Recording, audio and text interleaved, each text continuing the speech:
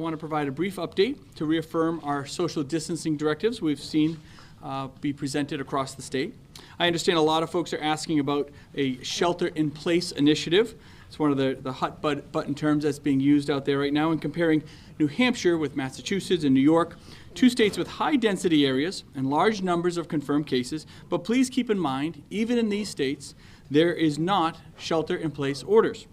They're asking folks to stay at home, just like we are here in New Hampshire. And just like in New Hampshire, you can leave your apartment, go for a walk or a hike, go to a grocery store or a gas station in your car. In all of those states, in New York City and Boston, public transportation is still running. What's different in some of those states is they've issued official orders that have mandatorily closed non-essential businesses, which here in New Hampshire has largely already happened on a voluntary basis. I called a few bowling alleys and movie theaters just the other night, and pretty much everything that would be on the list of non-essential businesses that you might find in Massachusetts, for the most part, have closed here in New Hampshire. Many small businesses in New Hampshire have made those tough choices. They've closed down. Restaurants have been forced to change their models. The people of the state are practicing social distancing, and it's important that this continues, ensuring that we all stay at least 6 feet apart from folks and making sure that we don't gather in social groups of more than 10 or more people. You're healthy at home, and especially to those over 60 years old, we urge you to please stay at home. We want to reiterate to everyone that we're constantly looking to elevate and evaluate our messaging to not only emphasize the importance of our initial social distancing efforts, but we're also constantly evaluating the response to our citizens and where our regional partners and neighboring states are moving. These variables will help determine what additional steps, if any, may be necessary as this crisis escalates. Over the last weeks and days, we've talked with other governors, hospitals, local town officials, and we're constantly re-examining those directives at the state level. We have a lot of volunteer efforts in New Hampshire that go on a daily basis, and we know that New Hampshire is truly a state of community. I'm a believer it is one of our defining characteristics. And in that spirit, we've seen many individuals step forward and offer their assistance in a variety of different ways. So today we're announcing the state's efforts to coordinate these opportunities for our citizens. The first volunteer-based effort we're ramping up is for volunteer health professionals.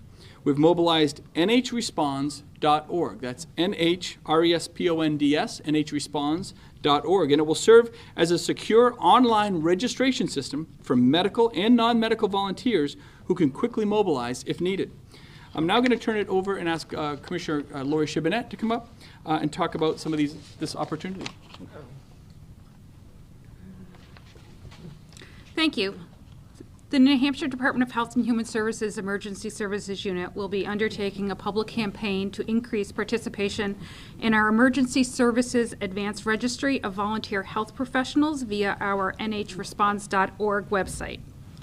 nhresponds.org is set up to pre-register, manage, and mobilize clinical and non-clinical healthcare volunteers to help in responding to all types of disasters in New Hampshire. The NH Responds Volunteer Management System is a part of a nationwide effort that was established after 9/11 to get medical professionals quickly and properly deployed during public health emergencies or disasters. Since NH Responds was established, we have built a voluntary reserve corps of medical providers, first responders, and emergency response professionals and behavioral health providers. Some of our divisions under NH Responds includes New Hampshire Disaster Behavioral Health Response Team, which we use regularly, the Medical Reserve Corps, and even the New Hampshire Disaster Animal Response Team. These registered volunteers have more than a decade of experience to responding to emergency situations across the state. Our volunteer corps has been sufficient in previous crises to respond, but for COVID-19, it's a challenge that is unprecedented in our state history and requires an unprecedented response. We need more volunteers to step up and help mitigate this pandemic. Registering is very easy. Go to nhresponds.org and click on the Register Now button. We are looking for licensed medical and healthcare volunteers to satisfy the clinical needs and provide surge capacity during the COVID-19 emergency. If you can help, you do not need to have specific medical training. Our response requires all types of skills and expertise, including nurses, doctors, respiratory therapists, interpretation, administration, transportation, information technology, security, and almost anything else. This is an all-hands-on-deck moment for our state. We are tirelessly working to respond to the COVID-19 crisis, and we need your help. Please go to nhresponds.org and learn more on how to register. Thank you. Great, thank you, Commissioner. Next up, we're announcing ways that any citizen who has the ability to lend a hand can help. New Hampshire is blessed to have many amazing nonprofits which do critical work 365 days a year in virtually every community across the state. Especially in times like these are the organizations that do an incredible job stepping up and providing that one-on-one interaction with folks when they need help the most. If you're interested in volunteering for just a local nonprofit, the team at Volunteer New Hampshire can connect you with an organization in your area and operate. If you're folks that are operating a nonprofit, you can register your organization with Volunteer New Hampshire as well. Simply go to volunteernh.org, the volunteernh.org website, to volunteer yourself or to register your nonprofit to help make the connection for individuals who simply want to stand up and lend that helping hand, to the organizations that are looking for more folks to, again, create that one-on-one contact with individuals as we go through the COVID crisis. We also want to talk about two great organizations that have really stepped up and partnered in a really amazing way. On the charitable campaign efforts. Folks that want to maybe write a check, whether it's $5 here or for corporations who are looking to make more sizable donations into the efforts to make sure that their funds can go to a local nonprofit or a local organization that's fighting the COVID-19 effort alongside with us. The United Ways, who can be reached at uwnh.org, that's uwnh.org, and the New Hampshire Charitable Foundation, and their Community Crisis Action Fund. These two organizations are teaming up, and they will direct 100% of what's donated directly to agencies or people in need. The New Hampshire Charitable Foundation will be working more on the nonprofit organization side, while the United Ways donations will be more working with individuals with that direct need. Again, these are two organizations that have come together just in the past few days, created an opportunity to make sure that no one is left behind, no organization is left behind, and those who want to contribute and lend that helping hand are right there to make it happen. I guess with that, the last piece we want to really talk about is businesses. We talked a little bit about manufacturing businesses over the past couple of days. The fact that now we have over 100 manufacturers in just the last 48 hours that have stepped up, that have contacted the state, asked how they can be involved, whether it's creating devices or PPE, medical supplies, whatever it might be. A lot of these manufacturers are retooling. They're restructuring their entire organization to meet the needs of the COVID-19 crisis. And again, we just cannot thank them enough, to be sure. There is a website for those folks as well that would like to be part of those efforts. It's nheconomy.com/PPE help. nheconomy.com/PPE help. And again, this will allow for businesses to step up, enter a portal, if you will, online, describe what your functionality is and how you, as an organization, may be able to help with the supply chain to ensure that at the end of the day, our hospitals and our communities have what they need to battle the COVID crisis. With that, we can open it up for questions. As far as medical volunteers, are those folks who maybe are retired now, doctors, nurses, are they allowed to jump in and help out as well? That's exactly who we're looking for. We're looking for those that have retired from practice, people that have gone into more an administrative role, maybe doctors and nurses that may be furloughed right now. We're looking for all healthcare professionals that either retired or active. So we are happy to help them move barriers when it comes to licensing. They just need to contact us. As far as the peak, Governor, I don't know, Commissioner did speak about this. When do you expect that to happen? 1 week, 2 weeks, 3 weeks down the road? I think it's a little early to say just yet. I think that based on modeling, and there's so many models right now, and a lot of our partner healthcare facilities have done modeling. The department has done some modeling. We expect that we are still in the escalation phase of the pandemic, so I think that we can expect to see higher rates for the next several weeks, and probably peaking I would say April into May, but definitely seeing escalating rates over the next couple of weeks. Governor, some states are asking people who are coming back from areas of the country with high rates of the virus, New York, California, Washington, to self-isolate for 14 days. Absolutely.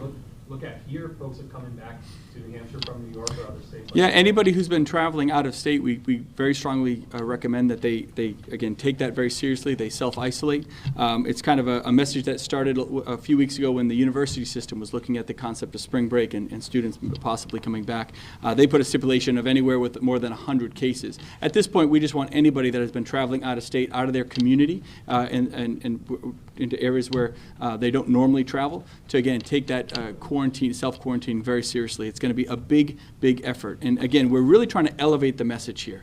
People have to take this seriously. We've seen the people of New Hampshire respond very, very well. But we want to make sure folks understand we are in this for the long haul. This isn't just a week or 2 weeks, as the commissioner mentioned. The surge could happen 3, 4, 5 weeks. We don't know when it's really going to hit its peak. So until then, we have to be very, very vigilant about our personal responsibility with our businesses, with who we interact with, and take the concept of isolation very seriously.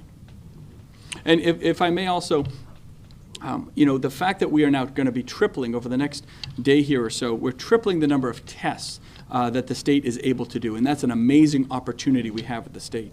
So I think the commissioner would agree that we're going to see a huge surge in the number of reported cases of COVID across New Hampshire in the next couple of days. That is absolutely expected because we're simply getting much better at identifying these individuals, and will allow us to, again, isolate those individuals much quicker, get them out of make sure they are isolating and getting them out of their contact system. And that, again, helps really suppress the potential surge. So there will be a surge here. It's all about making sure that we can suppress it to the level that we manage and don't overrun the healthcare system. But the fact that Dartmouth-Hitchcock is coming online with their new testing capabilities is going to give New Hampshire another huge leg up in our ability to identify the crisis on a very individualized level and keep that suppression where we want it.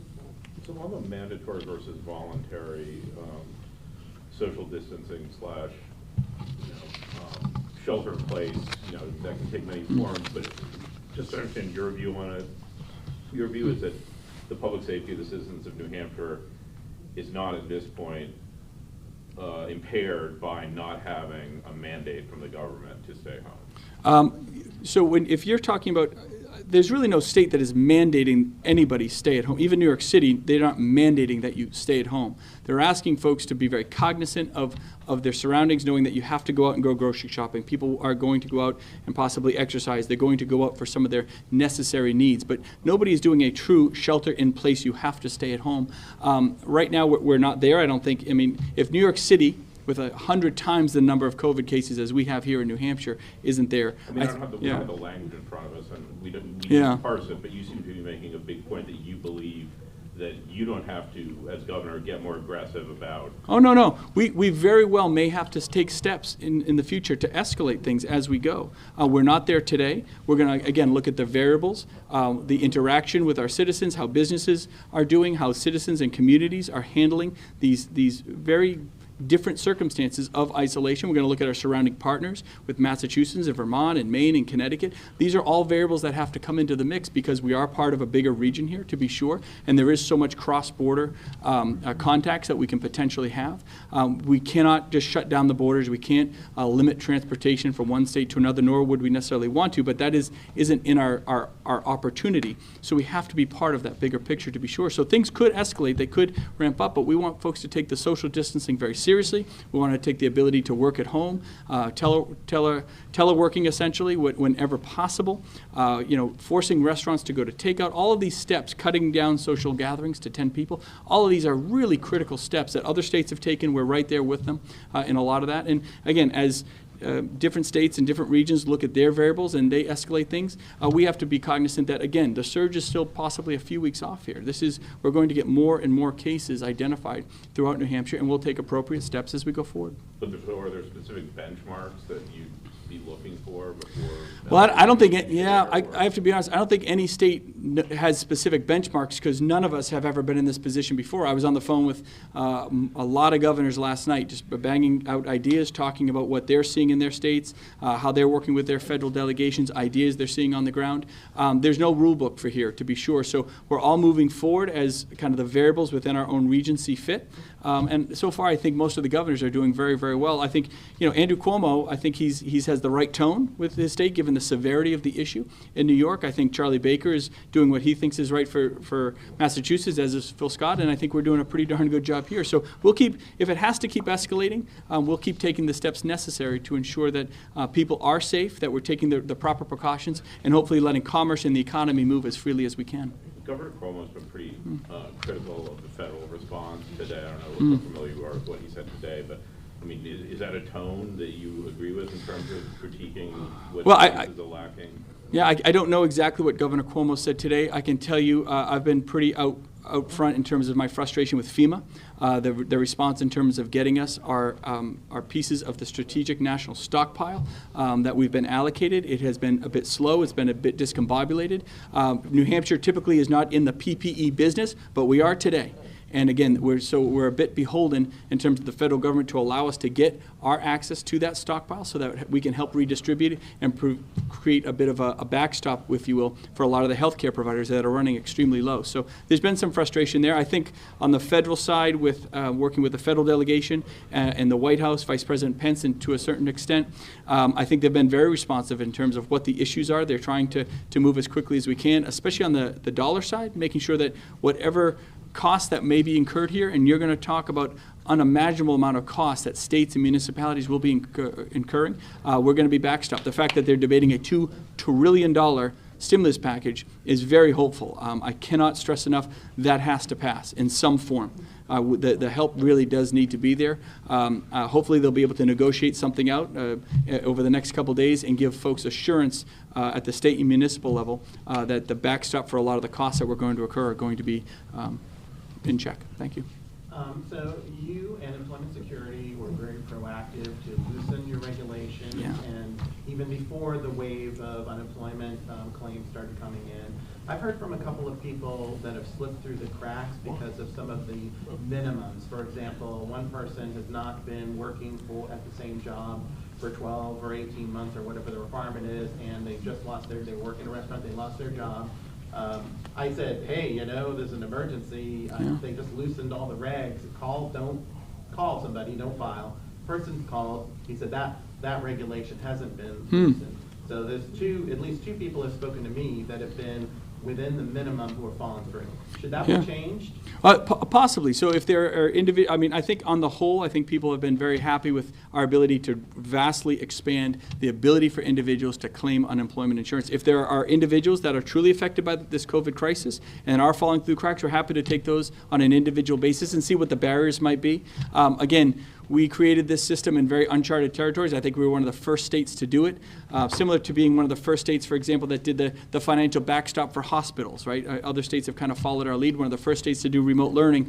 I think out of the gate we're doing things pretty well, but we're always willing to take another look and see how we can keep tweaking the system and reevaluating its opportunity for individuals. There's been a number of discussions online concerning the lack of new hospitals in the state due to all kinds of regulation. There hasn't been one built since the 1980s, someone said, and someone said, yeah, that's true, and listed some regulations. You're now setting up beds in high school, hospital beds in high schools, which is proactive, but kind of freaks some people out because it seems like there may be a wave of cases, which you're already saying. What should be done moving forward next year about building more hospitals? We only have 28 or 26. Is that enough? Are you looking at that? Under typical circumstances, the number of hospitals that we have in this state, for the most part, is very much adequate. Remember, we're in very unprecedented times. You wouldn't necessarily build a system to handle the worldwide pandemic that we're seeing today. But you always build the ability to plan for that surge capacity, and those plans have been in place. Commissioner Shibinette and her team have been doing a tremendous job in a matter of days, taking what was on a piece of paper and actually executing it to get those surge beds up and running, and we're going to continue to do that around the state. So our ability to be flexible there has been terrific. I also want to say, when you look at that entire healthcare model, it's not only based on hospitals, it's based on urgent care centers, primary care physicians, making sure folks have a proper insurance, telehealth, a big part of kind of where we're going today in medicine and what will be very important in the future. All of these are very important aspects of the entire system. So it's not just about hospitals and beds. You don't necessarily want to build 2,000 permanent long-term beds if you're only going to need them once in a pandemic. But you have to be able to plan and create that surge capacity, which is exactly what we're doing. And again, hats off to the commissioner and her team. I think they've done a stellar job. Governor, the president said today he'd like to get the country back open for business by Easter. Does that kind of message make it difficult for someone like you to keep the public focused on the need to social distance and Look, I can appreciate, I think I speak for every governor and across the country when we say, of course, we want the economy to come back as fast as possible to allow as much of the economy to stay healthy and reactive to the COVID crisis so we can get our groceries and our gas and all of these sorts of things.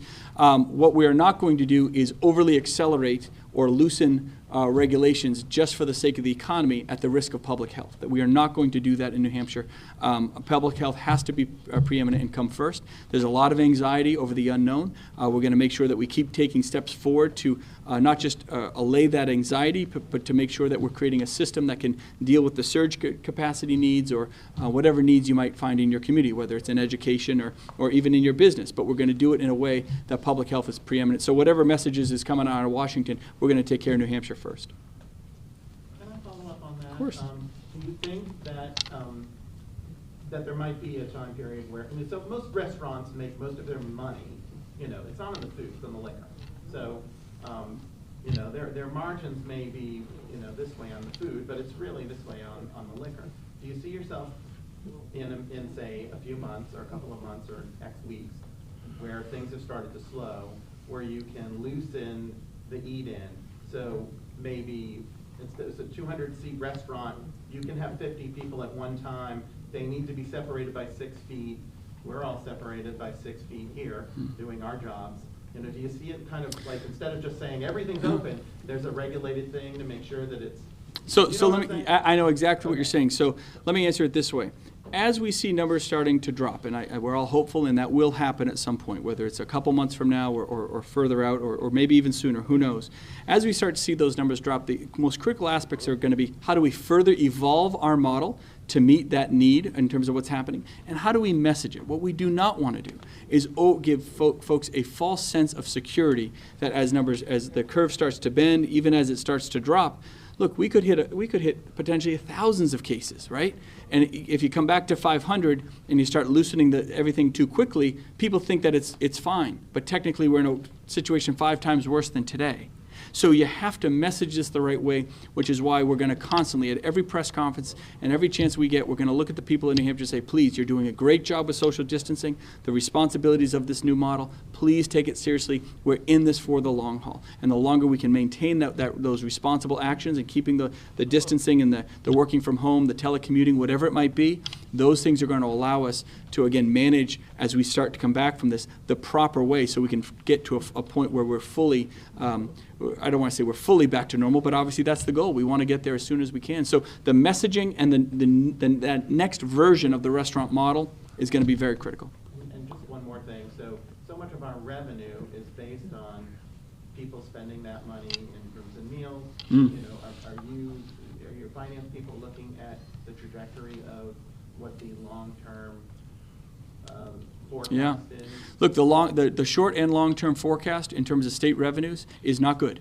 There's just no getting around that. I mean, I don't mean to be overly dire about it, but that shouldn't be a secret to anyone. Revenues are going to be drastically impacted at the state level. What we need to do is, again, find ways that we can keep the most vital services moving forward, making sure that folks are getting exactly what they need. We're going to have to make some cuts one way or another. We're so early on in this, it's a bit unknown. One of the biggest unknowns is how much is the federal government going to come in and support us? Not just at the state level, but your town, right? Your folks are going to have trouble paying their property taxes or whatever it might be, and that's going to affect your municipal services as well. So that's why talking to Senator Shaheen, Senator Hassan, and the congressional delegation has been, I think, very important to hear, not just from the governor, but from the local and city and town officials, how important it is that hopefully as part of this stimulus package, they're providing some of that financial support to the governmental levels as well. Are there any new cases to report today, or do you expect those numbers to come out later on? I think They'll be out after. yeah, they'll be out. I think Shortly. the Health and Human Services and the Department of Public Health will be releasing a press release shortly with some new numbers. Okay, well, thank you guys very much. A huge opportunity here for the people of the state that want to volunteer, they want to step up. There's so many ways that they can do it, and again, I can't thank enough for these organizations for really coming together and really making that pathway possible for our citizens. We say it all the time, but we can't say it enough. Practice your social distancing, understand the responsibility. We're in this for the long haul, and we're going to get through it. Thank you.